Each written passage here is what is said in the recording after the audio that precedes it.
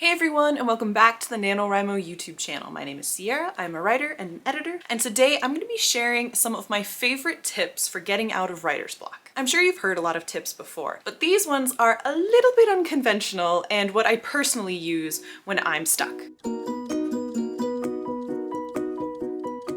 Now we're going to start with one of my personal favorites and possibly the strangest one on the list. Act it out.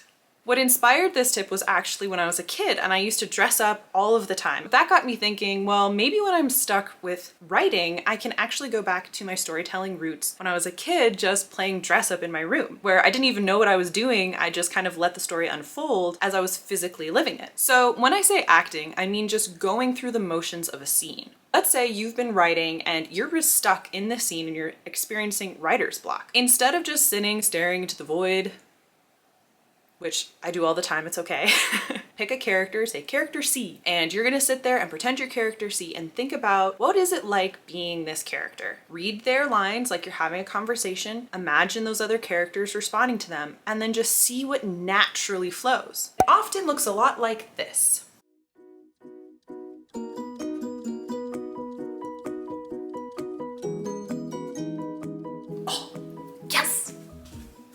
Admittedly, this isn't necessarily something you want to do if you're writing at a coffee shop or in a library or anywhere else where there's lots of people watching you.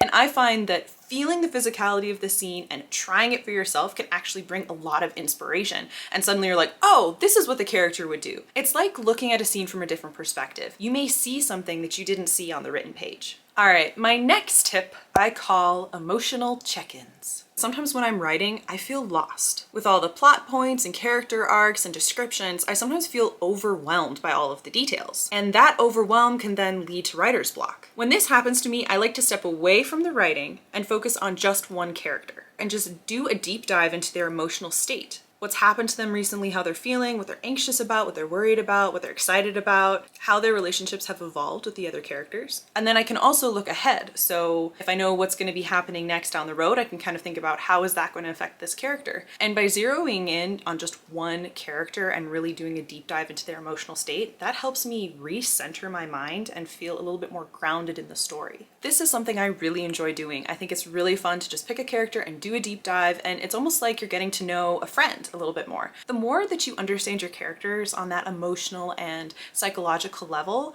the more enhanced your plot's going to be, because your characters are going to feel even more real and even more relatable, and that's going to impact every element of your story. So it might feel like you're taking time away from your writing, but actually you're enhancing your writing by doing this. Next tip, give yourself a break. Now, as an overthinker and a perpetual worrier, I know I sometimes find it really hard to take a break. If I'm writing and I'm stuck, I will just obsess about being stuck and thinking, oh, I'm never gonna finish this. This is terrible. Why did I decide to write? I'm not a good writer. It's all bad.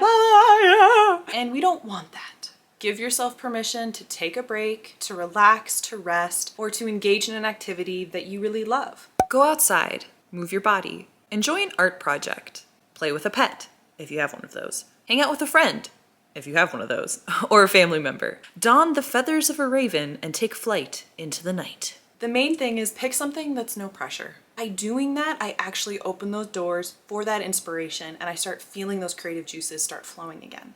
Next up, connect to your emotions. If there's a certain emotion in a scene that I'm trying to tap into and that's the scene where I'm blocked, I'll try to pick a piece of media that really evokes that same emotion. Because sometimes writer's block is really caused by us not accessing those emotions, right? When we write a story or tell a story, it's an emotional experience. And sometimes with writer's block, it's because there's so many other things going on in our lives, or we're just not able to tap into that emotional creative center. And by watching something or listening to something or reading something that really pulls those emotions out of you, that can help kickstart the creative process and get that writer's block gone. Next, write something with lower stakes. If I'm feeling blocked with my main project, I like to take a break and write something that has like 0 stakes. Something that I can mess up and it won't matter. Sometimes I like to write diary entries from the perspective of my characters.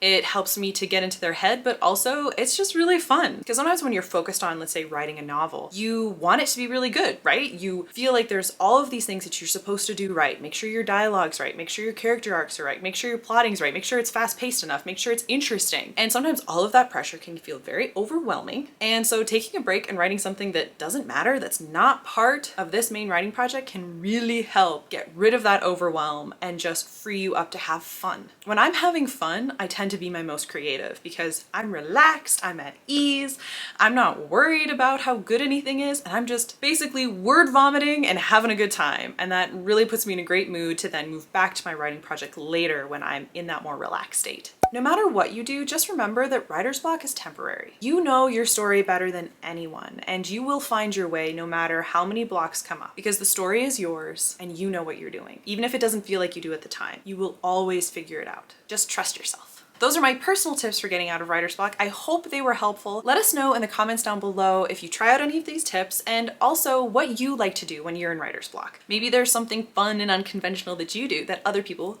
will be able to try too. Thank you for watching. Be sure to check out the NaNoWriMo blog and their website for more tips and support for your next writing project. Happy writing, and I'll see you in the next one.